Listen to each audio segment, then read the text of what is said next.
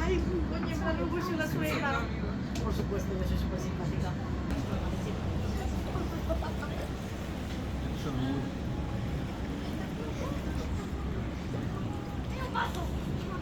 Canal houses. There's so much to notice. So many flourishes and details. Ornate door cases, sculptures, and of course the decorative gables at the roofline. There are several different types of gables, and over the decades, they've gone in and out of fashion. See if you can spot them all. The oldest type is the scout gable. This basic triangular shape is seen only on warehouses. The 17th century step gable looks just as you'd expect, a series of steps.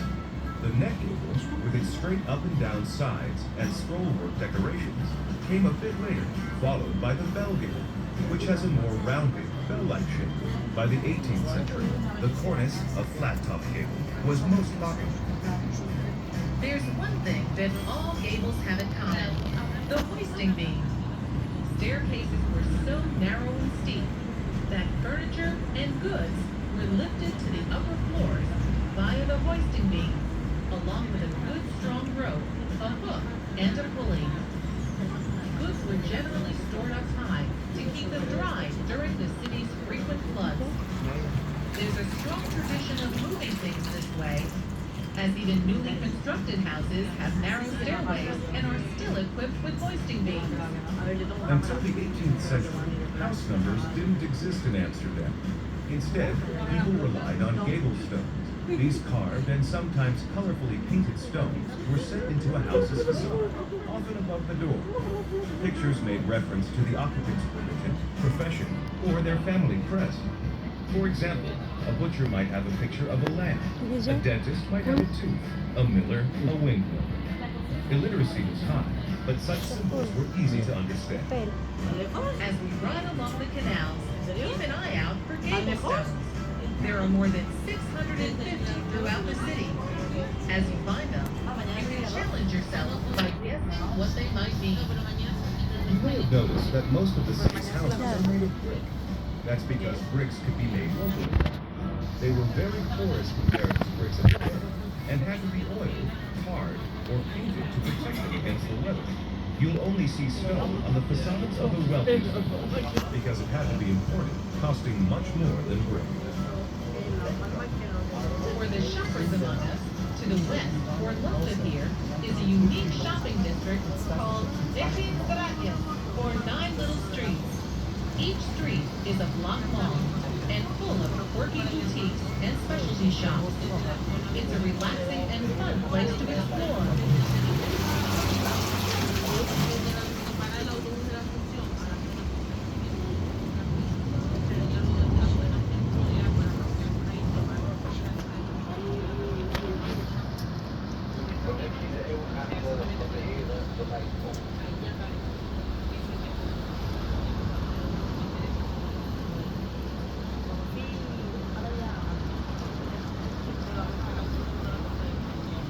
The balon na iya may sana. Dito dun.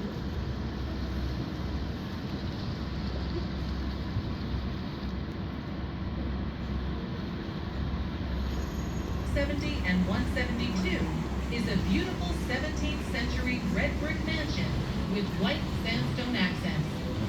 This is the Bartolotti House, designed by Hendrik de Keyser, Amsterdam's most famous architect of the time. It was built for a very successful beer brewer named Willem van de Heuvel.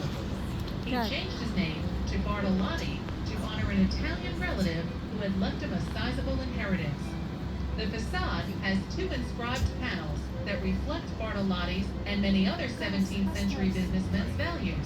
They read, through talent and diligence, and through piousness and virtue. Homes like Bartolotti's were designed to showcase their owners' enormous riches, and yet, this was a time when Calvinistic views predominated. Calvinism is a form of Christianity that emphasizes strict living and industriousness. The rich found themselves in conflict. Their religion required them to be humble, yet with so much wealth, how could they not show it off? Often, they ended up quietly trying to outdo each other.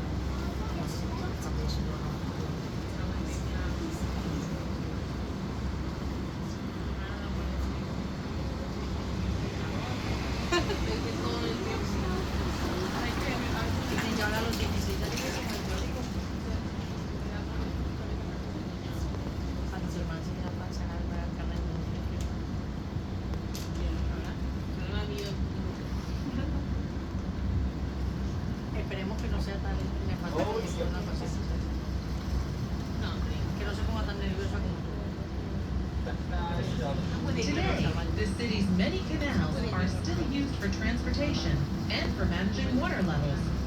And they also have a new function as a place to live. Amsterdam always seems to be short on housing, and during a real crunch in the 1960s and 70s, houseboats appeared as cheap places to live. The city now has around 2,500 of them. Some are old converted sailing vessels. Others are simply homes set on floating pads. As for cheap, not anymore. Houseboats are now connected to gas, water, electricity, and municipal sewage.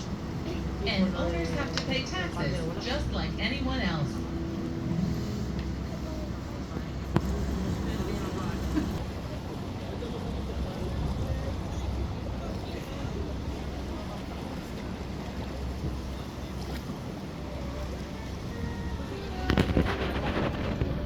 Have you noticed how many homes have brick facades or faces? At first, Amsterdamers built their homes entirely out of wood, but after two massive fires at the end of the 16th century, the city took action. It passed a law requiring that all newly constructed buildings have facades made of non-flammable brick or stone. But all older buildings were still made of wood, and Amsterdam experienced one of its biggest fires along the Keizersgracht during the 18th century. Today, the risk of fire persists. Even though reinforced concrete is used for new construction, many of the older houses still have their original wooden skeletons.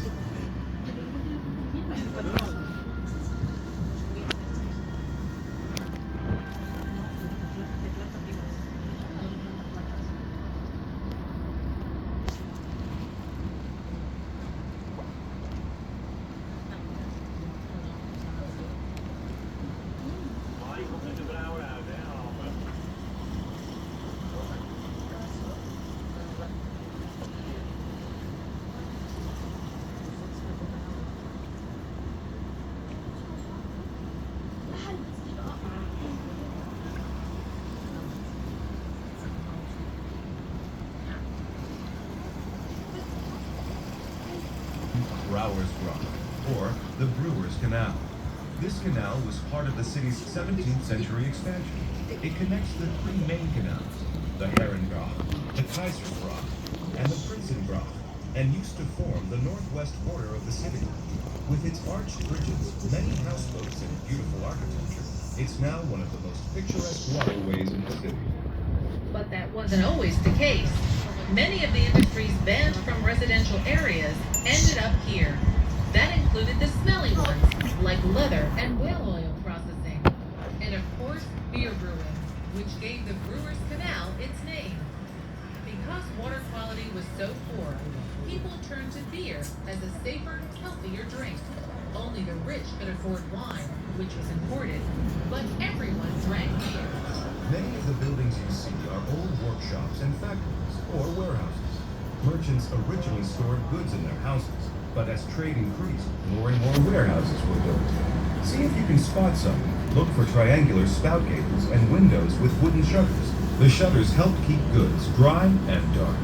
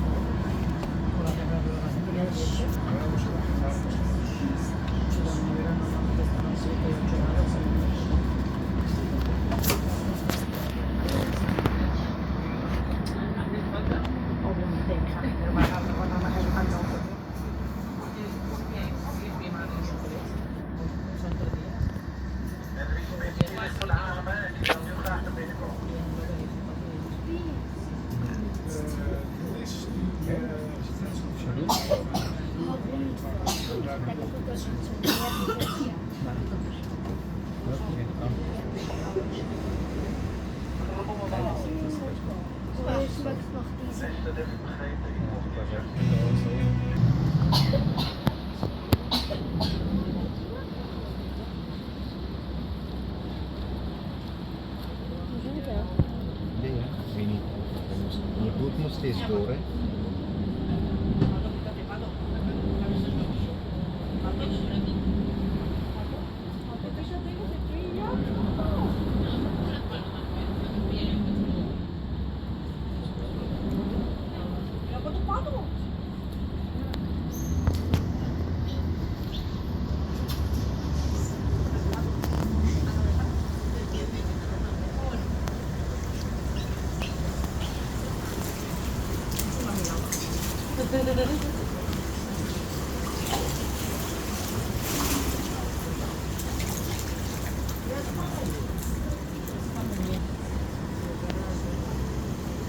And no talk about trans. Central Station, the train station.